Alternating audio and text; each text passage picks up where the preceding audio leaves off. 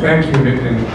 I realized that you're more or less coming to an end of a long series of discussions on partnerships. You had discussions on partnerships for chemicals, for waste management, for transportation, for energy, for South-South cooperation, for agriculture, a variety of issues which require very detailed thought about how different kinds of actors in society come together.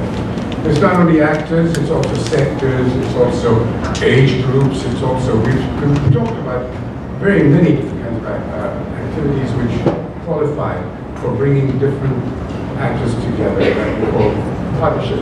Partnership is a motherhood statement. I don't think anybody is against it. Is there anyone in this room who is against partnerships? No.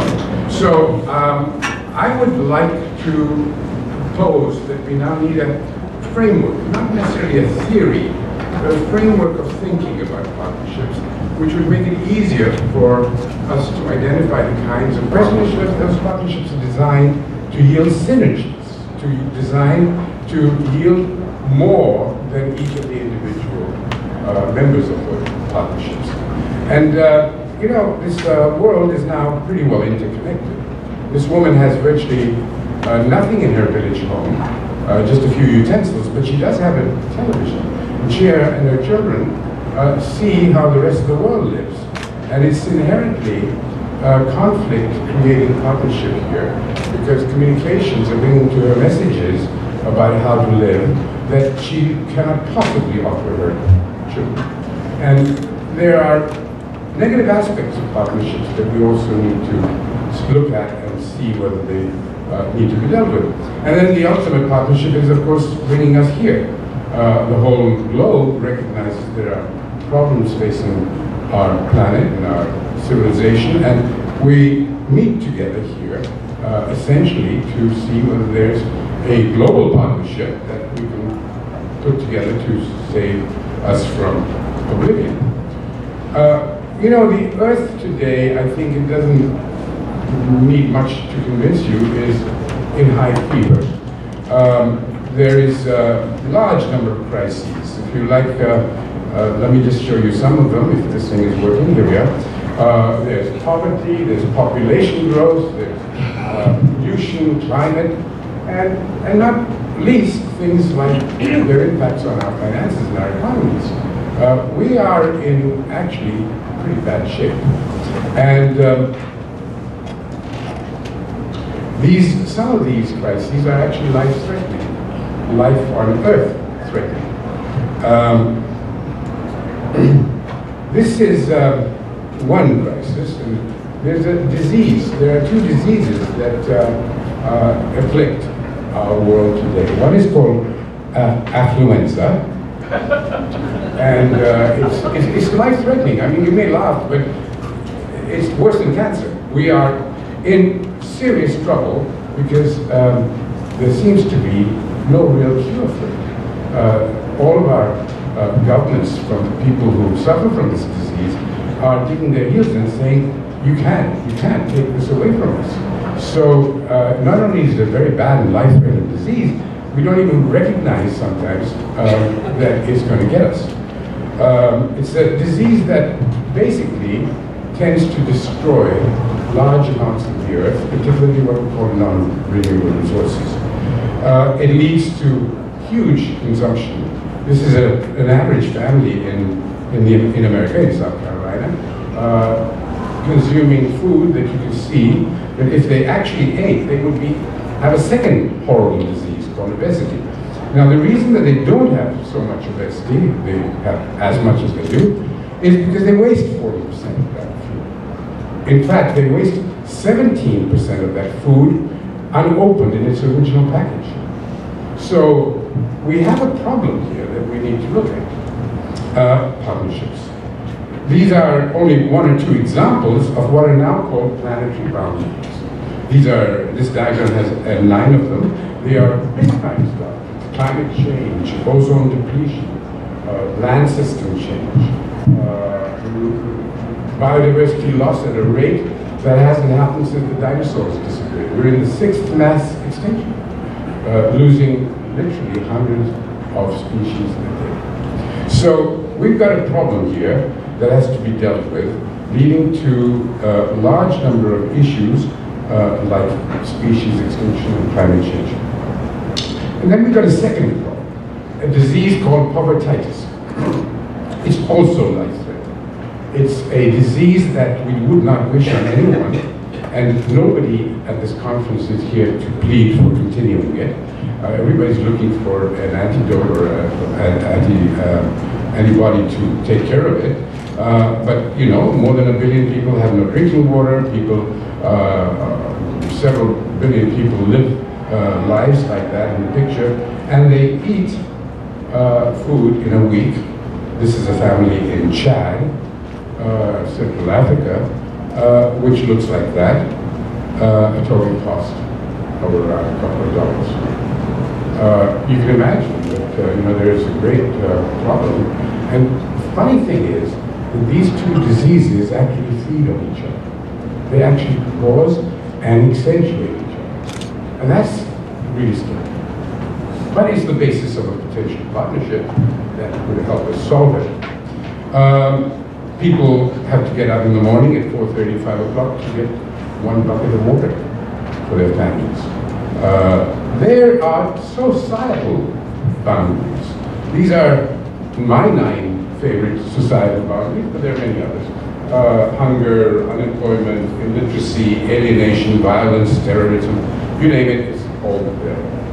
So there are planetary boundaries, there are societal boundaries. And when you have a juxtaposition of issues like that, it's a natural possibility for partnerships. I.e., continue to cause each other to suffer, or you help each other get all right. This girl, who represents the ultimate deprivation in this world, also represents several billion people who live like that. In my opinion, if there's any value in a conference like the one we're at, it is this girl should be the center of our attention. It's her problem that we should have come here to solve. And that requires a different type of partnership. So, we can, I think, pretty well guarantee that today's pathways are going to neither lead to eradication of poverty nor to the strengthening of our ecosystems. Sustainable development today is about meeting the basic needs of everyone and regenerating the health of the resource base. To do those two things, other things will follow. We have to live within the limits, the boundaries of our environmental resource base, and that's a complex issue. As you can see from this diagram, this is a little diagram, part of a bigger one that I did recently on food security. You can see that what we're doing is so complex that it cannot be done by one sector or one actor. It needs partnerships like this. We need partnerships in the supply of nutrition. We need resources to generate that nutrition. We need to be able to deal with the environment, climate, and all the other things. We need policies and markets that make it possible for everyone to have access to that food. And, of course, we need demand for that nutrition. And that demand comes only from having livelihoods and incomes. So, to that extent, we are essentially incapable of achieving any real goal without partnerships.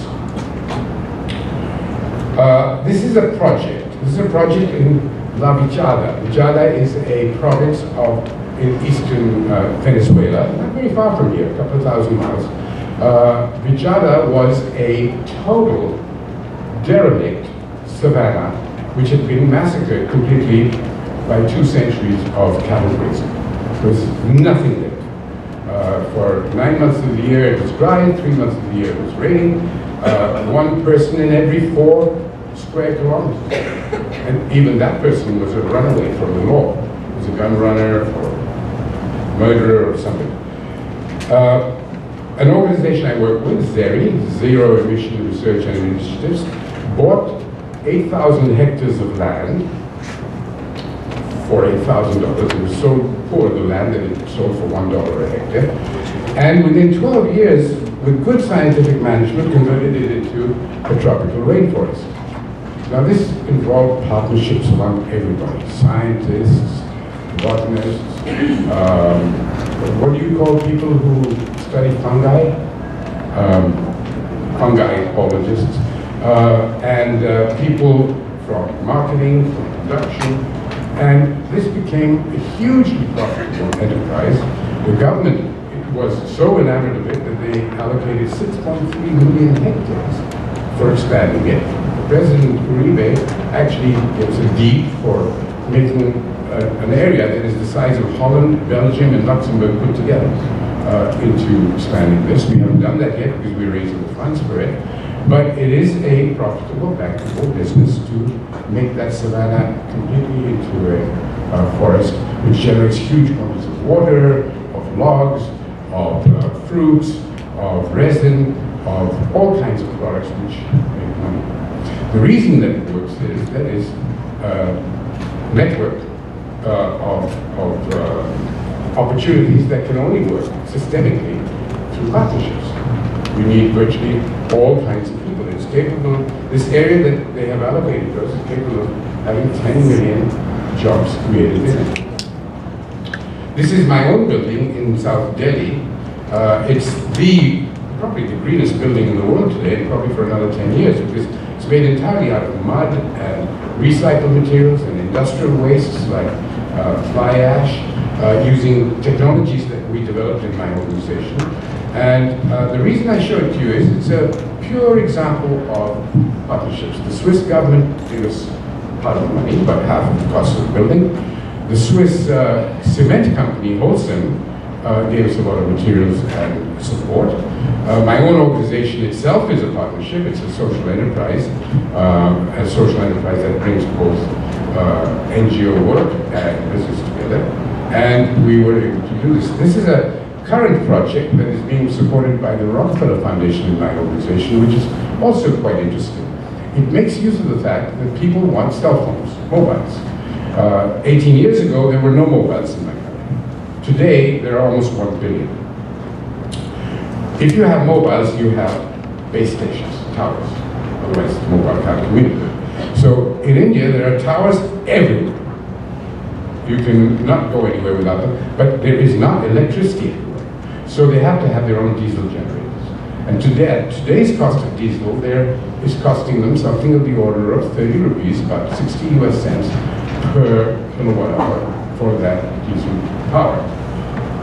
We persuaded them that if we were to supply them power at half the cost from renewables, from biomass or solar, would they be willing to put in a much bigger power station and take the power they need at half price and let the villagers then get it for virtually free, or at least for very little cost?